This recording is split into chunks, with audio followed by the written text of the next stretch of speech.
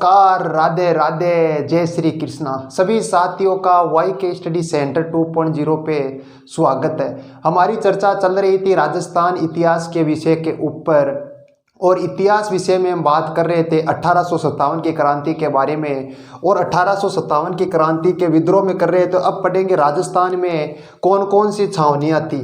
तो क्रांति की बात करते हैं, क्रांति की यानी 1857 की क्रांति। 1857 की क्रांति राजस्थान के संदर्भ में बात कर रही है। तो क्रांति कर रहे हैं राजस्थान के संदर्भ में, वो भी 1857 की। तो आती है कि राजस्थान में कौन कौन सी क्रांति थी, यानी राजस्थान में कौन कौन सी सैनिक छावनियों ने क्रांति की थी। तो एक ट्रिक आता है कि एनी ने मेरा ब्याह नहीं देखा। एनी ने मेरा ब्याह नहीं देखा। एनी ने मेरा ब्याह नहीं देखा। ये हो गई 6 सैनिक छावनी राजस्थान की। सबसे पहले आ गया ए से हो गया एरियनपुरा। एरियनपुरा भी लिखा होता है, एरियनपुरा। एरियनपुरा पड़ता है पाली में। नी से हो गया नीमच, और नीमच पड़ता है एमपी में, मध्य प्रदेश में। ने से हो गया नसीराबाद। ने से नसीराबाद हो गया, और नसीराबाद पड़ता है अजमेर में। कहाँ पड़ता है? अजमेर में पड़ता है। एनी ने मेरा ब्याह नहीं देखा। ब्याह से हो गया ब्यावर। और ब्यावर भी पड़ता है अजमेर में। ब्यावर भी कहाँ पड़ता है? ब्यावर भी पड़ता है अजमेर में। देखा, देव से हो गया देवली, और देवली सैनिक छावनी पड़ती है टोंक में। और खा से हो गया खेरवाड़ा, और खेरवाड़ा पड़ता है उदयपुर में। कहाँ पड़ता है? उदयपुर में। यह हो गई 6 सैनिक छावनी। 1 2 3 4 5 6 सैनिक छावनी हो गई। ट्रिक हो गया कि एनी ने मेरा ब्याह नहीं देखा। एरिनपुरा पड़ती है पाली में, नीमच एमपी में, नसीराबाद अजमेर में, ब्यावर अजमेर में, देवली टोंक, खेरवाड़ा उदयपुर में पड़ती है। तो अब एक आता है कि जो नीमच छावनी है ये राजस्थान से बाहर है, यानी मध्य प्रदेश में है। तो अपन तो बात करते हैं राजस्थान की क्रांति के बारे में, तो अपन मध्य प्रदेश की क्रांति क्यों पढ़े कि राजस्थान होता है ऐसे पतंगा का राजस्थान की आकृति है। तो नीमच हो गया, यहाँ नीमच हो गया। नीमच पड़ता है एमपी में। तो ये राजस्थान में कैसे आ गया कि जो एमपी का जो नीमच क्षेत्र है वो यहाँ के जो मेवाड़ क्षेत्र आ गया। मेवाड़ का महाराणा था स्वरूप सिंह, और यहाँ का जो पीए था, पीए मैंने पहले बता दिया, लेकिन यहाँ का पीए हो गया सावर्स, मेजर सावर्स। पीए मेजर सावर्स था, यानी यहाँ के राजा के अधीन के अंडर में था नीमच। तो ये नीमच पहले राजस्थान में आता था, फिर बंटवारा होने के बाद ये मध्य प्रदेश में चला जाता है। इस कारण नीमच छावनी को हम राजस्थान में पढ़ेंगे। ये हो गई 6 सैनिक छावनी। अब बात करते हैं सैनिक छावनियाँ की कौन कौन सैनिक छावनियाँ। तो 6 के बारे में बात कर ली, अब एक एक के बारे में पढ़ते हैं। सबसे पहले आता है कि हमने भारत में क्रांति पढ़ी, तो क्रांति शुरुआत कहाँ से होती है? भारत में क्रांति की शुरुआत होती है भारत के मध्य से, और मध्य से हो गया मय से मेरठ से, कि मेरठ से होती है क्रांति की शुरुआत। और मेरठ में कब होती है? तो मेरठ में होती है 10 मई को। कब होती है? 10 मई को। मेरठ से क्रांति की शुरुआत होती है 10 मई को, यानी आग बनप गई 10 मई को। अब मेरठ में क्रांति 10 मई को है। मई जून का महीना चल रहा है, तो मई जून के महीने में गोरों को गर्मी ज़्यादा लगती है, तो गोरे कहाँ जाएंगे? गोरे रहेंगे आबू में। कहाँ रहेंगे? माउंट आबू में रहेंगे, कि आबू में है गोरे। गोरों का मतलब हो गया तो राजस्थान का एजीजी है, एजीजी हो गया Patrick Lawrence, George Patrick Lawrence, short में लिखेंगे लॉरेंस, ठीक है। एजीजी हो गया लॉरेंस, यानी जॉर्ज पैट्रिक लॉरेंस। वो कहाँ बैठा है?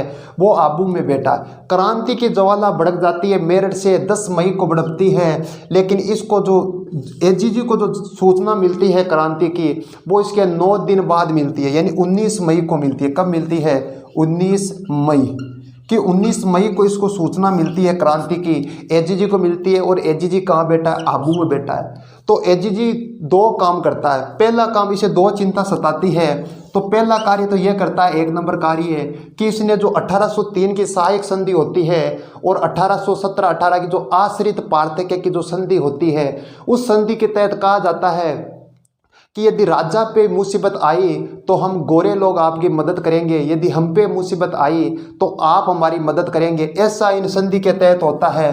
तो इन्हें संधि याद दिलाता है, यानी सहायक संधि याद दिलाता है, सहायक संधि, कि राजाओं को सहायक संधि याद दिलाने का काम कौन करता है, जॉर्ज पैट्रिक लॉरेंस करता है। पहला काम तो यह करता है। दूसरा काम क्या करता है कि भारत के मध्य से क्रांति शुरू होती है मेरठ से, तो राजस्थान के भी मध्य से होगी मेरठ से। राजस्थान के मध्य में पड़ता है अजमेर, कि राजस्थान के मध्य में अजमेर पड़ता है। अजमेर को अकबर का दौलत खाना कहा जाता है, मैगजीन दुर्ग कहा जाता है। हल्दीघाटी जो युद्ध की योजना बनती है वो भी यहीं से मिलती है, यहीं से उसकी जानकारी मिलती है। हल्दीघाटी युद्ध की वो पड़ती है अजमेर में। अब अजमेर में इनका गोला बारूद पड़ा है गोरों का, तो गोरों को चिंता होगी कि नहीं होगी, गोरों को चिंता होगी। अब गोरे क्या करेंगे, अब एजीजी क्या करेगा कि यहाँ पे एक अजमेर में एक सैन्य टुकड़ी है और सैन्य टुकड़ी का नाम है 15वीं BNI। 15वीं BNI, BNI का मतलब हो गया Bengal native infantry, Bengal native infantry, यानी 15वीं BNI बैठी है अजमेर में। तो अजमेर में है तो इसे चिंता सता रही थी, क्योंकि जो 15वीं BNI है वो कुछ दिन पहले ही मेरठ से आई थी। यानी कहाँ से आई थी कि मेरठ से आई थी, मेरठ से आई, मेरठ से आई। तो इसे चिंता सता रही थी कि कहीं ना कोई सैनिक यहाँ आग ना भड़पा दे। भड़पने का मतलब हो गया कि जो भी गोला बारूद पड़ा है गोरों का वो पूरा अजमेर में पड़ा है।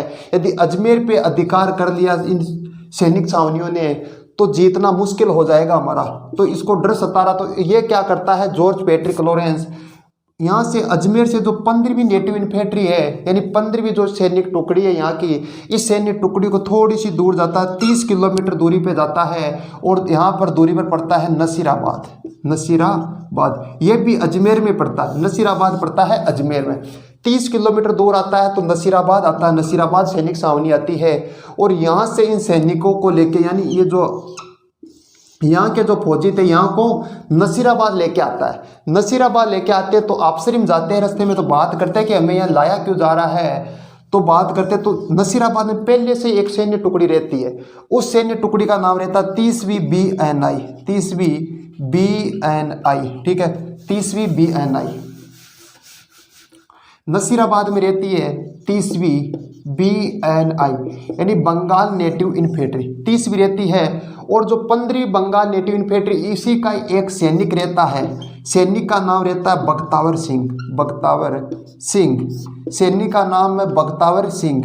बख्तावर सिंह पूछता है, किससे पूछता है, बख्तावर सिंह पूछता है पीछयार्ड से, कि पीछयार्ड सही सही बता, नहीं पीछ के ही मार दूंगा। किससे पूछता है, पीछयार्ड से पूछता है, पीछयार्ड से पूछता है कि हमें यूं क्यों लाया गया। पीछयार्ड कोई जवाब नहीं देता, पीछयार्ड कोई जवाब नहीं देता है। और एक रहता है न्यूबरी, पीछयार्ड था न्यूबरी, कि यहाँ के सैनिक रहते तो नसीराबाद छावनी के रहते हैं। जो 15वीं बंगाल नेटिव अजमेर से आए थे, इन्होंने पीछयार्ड और न्यूबरी की कर देते हैं हत्या, पीछयार्ड और न्यूबेरी की हत्या कर देते हैं। और हत्या करने के बाद यहाँ के सैनिक, जो नसीराबाद सैनिक छावनी के सैनिक थे, वो यहाँ से अब कहाँ जाएंगे। इन सैनिकों को हमें भी, हमारा काम है दिल्ली पहुँचाना, कि जो सैनिक छावनी है यहाँ की, इन सैनिकों को हमें दिलवाले यानी दिल्ली पहुँचाना है। दिल्ली में केंद्रीय क्रांति हो रही, तो हमारा काम उन्हें केंद्रीय क्रांति तक पहुँचाने का है। अब केंद्रीय क्रांति तक पहुँचाए कैसे इन सैनिकों को, तो यहाँ से सैनिक जब रवाना होते हैं दिल्ली की ओर जाते हैं, यहाँ लूटपाट करके। तो अब अंग्रेज इन्हें रोकेंगे कि नहीं रोकेंगे, अंग्रेज इन्हें रोकेंगे। तो इन अंग्रेज कौन रोकते हैं, इन्हें अंग्रेज रोकते हैं, एक का नाम मिलता है वाल्टर प्लस हितकोट। हितकोट। वाल्टर तथा हितकोट इन्हें रोकने का प्रयास करते हैं, मेवाड़ की सेना लेकर पीछा करते हैं इनका और रोकने का प्रयास करते हैं, लेकिन इनका ये बाल भी बांका नहीं कर पाते और सैनिक कुछ कर जाते हैं दिल्ली की ओर चले जाते हैं। और दिल्ली में कब जाते हैं? 18 जून को, कि 18 जून को दिल्ली में जाते हैं और केंद्रीय क्रांति में शामिल हो जाते हैं। ये हो गई हमारी नसीराबाद सैनिक छावनी।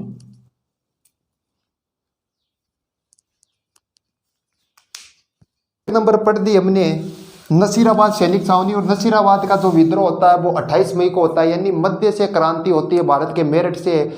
मेरठ में 10 मई को होती है, 10 मई में 18 जोड़ते हैं तो 28 मई को हो गई। 28 मई को नसीराबाद में होती है, ठीक है। ये हो गया राजस्थान। अपने बात की नसीराबाद में होती है 28 मई को। कि मेरठ, ये पड़ गया मेरठ में होती है 10 मई को। कि 10 में 18 जोड़ते हैं तो 28 मई को हो गई नसीराबाद में। और इसी मेरठ में यदि 9 जोड़ते हैं तो हो गया 19 मई। और 19 मई को एजीजी को पता चलता है, यानी क्रांति की जो सूचना मिलती है वो एजीजी को 19 मई को मिलती है।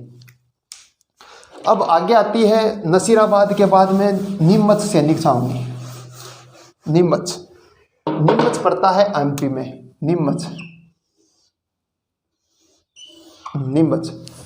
बात करते हैं नीमच। नसीराबाद हो गई, ये हो गई नसीराबाद 28 मई को। नसीराबाद के बाद में आएगी आगे नीमच पड़ता है मध्य प्रदेश में। अब नीमच में कब होती है? हमें तारीख याद रखनी है छावनियों की। तो नीमच में होती है, नीमच में 3 अक्षर है 1 2 3, तो नीमच में होगी 3 जून को। कब होगी? 3 जून को। 3 जून को क्रांति होती है नीमच में। अब नीमच में जो क्रांति करेंगे तो यहाँ के जो सैनिक है, यानी जो अंग्रेज अधिकारी का क्या नाम है? तो अंग्रेज अधिकारी, जो अधिकारी है यहाँ का अंग्रेज अधिकारी का नाम है एबोट। कि अंग्रेज अधिकारी का नाम एबोट है। एबोट को सूचना मिलती है कि क्रांति की आग भड़क गई है। तो एबोट को अधिकारियों द्वारा कहा जाता है कि आप सभी सैनिकों को समझाओ और मनाओ कि क्रांति नहीं करे। तो एबोट सभी सैनिकों को एक जगह इकट्ठा करता है और कहता है, उनको शपथ दिलाता है, सभी को शपथ दिलाता है, कुरान की शपथ लगा के कहता है फिर दिला के कि आप हमारे प्रति वफादार रहोगे।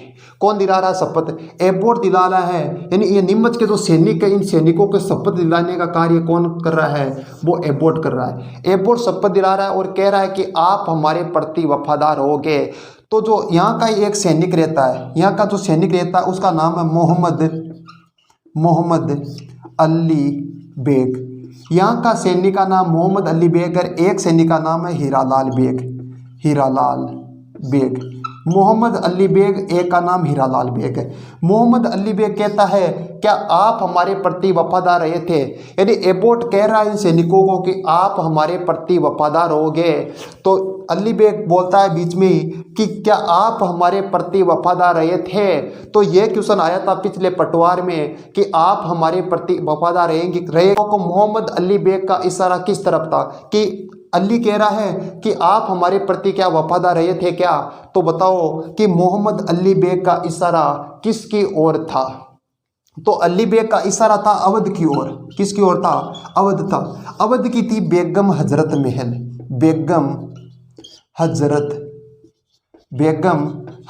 महल। अवध की थी बेगम हजरत महल कि इसका इशारा था अवध की ओर, और अवध की थी बेगम हजरत महल। और इन गोरों ने कुप्रशासन का आरोप लगाकर इसे अवध छीन लिया था। इस कारण ये आंसर हो गया अली बेग। तो अली बेग की ओर, अली बेग ने इशारा किया था अवध की ओर। ये हो गई अली बेग। नीमच पड़ता है एमपी में। क्रांति होती है 3 जून को। अब यहाँ रहता अंग्रेज अधिकारी का नाम रहता है एबोट। एबोट की हत्या की जाती है। कि एबोट की हत्या करने के बाद यहाँ के सैनिक कहाँ जाएंगे? या इधर से जाएंगे नीमच से। तो नीमच से जैसे ही अंदर राजस्थान में प्रवेश करेंगे तो एक सैनिक छावनी आती है देवली पड़ता है टोंक में। कहाँ पड़ता है? देवली टोंक में पड़ता है। तो यहाँ के सैनिक, कुछ सैनिक देवली टोंक छावनी में जाके मिल जाते हैं। यहाँ पे मिल जाने के बाद यहाँ के जो सैनिक रहते हैं, यानी नीमच से ही अंग्रेज परिवार 40 अंग्रेज परिवारों को बंधक बनाकर यहाँ से जो निकलते हैं तो आगे आता है कोटा। कोटा से होकर हमें तो इन्हें दिल्ली पहुंचाना है, यानी केंद्रीय क्रांति में शामिल करवाने का कार्य है हमारा। तो केंद्रीय क्रांति में पहुंचाना है तो नीमच से अंग्रेज परिवार को लेके जाते हैं देवली, देवली से कोटा जाते, कोटा के बाद जाके ये जैसे अब दिल्ली जाएंगे तो पहले इन अंग्रेज परिवारों को खुला छोड़ देते हैं, जंगलों में छोड़ देते हैं। अब 40 जो परिवार के सदस्य हैं यहाँ के अंग्रेजों के, ये भटकते हैं। तो यहाँ का रहता है स्वरूप सिंह रहता है, और उसका पीए रहता है showers, major showers. Swaroop Singh है और पीए सावर्स है। तो सावर्स इन्हें क्या करता है कि चित्तौड़ लेके आता है इन परिवारों को, चित्तौड़, डूंगला गांव चित्तौड़ ले आता है। और किसके घर लाता है? रुग्गाराम के घर लेके आता है। डूंगला गांव चित्तौड़ लाता है और रुग्गाराम के घर लाता है। रुग्गाराम के घर के बाद वापस लेके आता है यहाँ पड़ती है एक झील का नाम है पिछोला झील के जग मंदिर में ठहराता है। कहाँ ठहराता है? पिछोला झील के जग मंदिर में ठहराता। इन अंग्रेज परिवारों को कि डूंगला गांव चित्तौड़गढ़ रहते हैं रुग्गाराम के घर, और रुग्गाराम के घर से वापस लेके आता है यहाँ पिछोला झील के किनारे एक जग मंदिर है और जग मंदिर में ठहराता है। अब यहाँ के सैनिक देवली टोंक से कोटा होते हुए दिल्ली की ओर प्रस्थान कर रहे हैं। तो क्या इन अंग्रेज अधिकारी रोकने का प्रयास करेंगे कि नहीं करेंगे? अंग्रेज अधिकारी रोकने का प्रयास करेंगे, इन्हें रोकने का प्रयास करेंगे। और कौन करेंगे? एक तो करता है एजीजी पैट्रिक लॉरेंस और एक पीए करता है। पीए और एजीजी इन्हें रोकने का प्रयास करते हैं, लेकिन रोकने में असफल रहते, इनका बाल तक बांका नहीं करते हैं और ये क्रांति कर जाते कुछ दिल्ली में, केंद्रीय क्रांति में शामिल हो जाते। केंद्रीय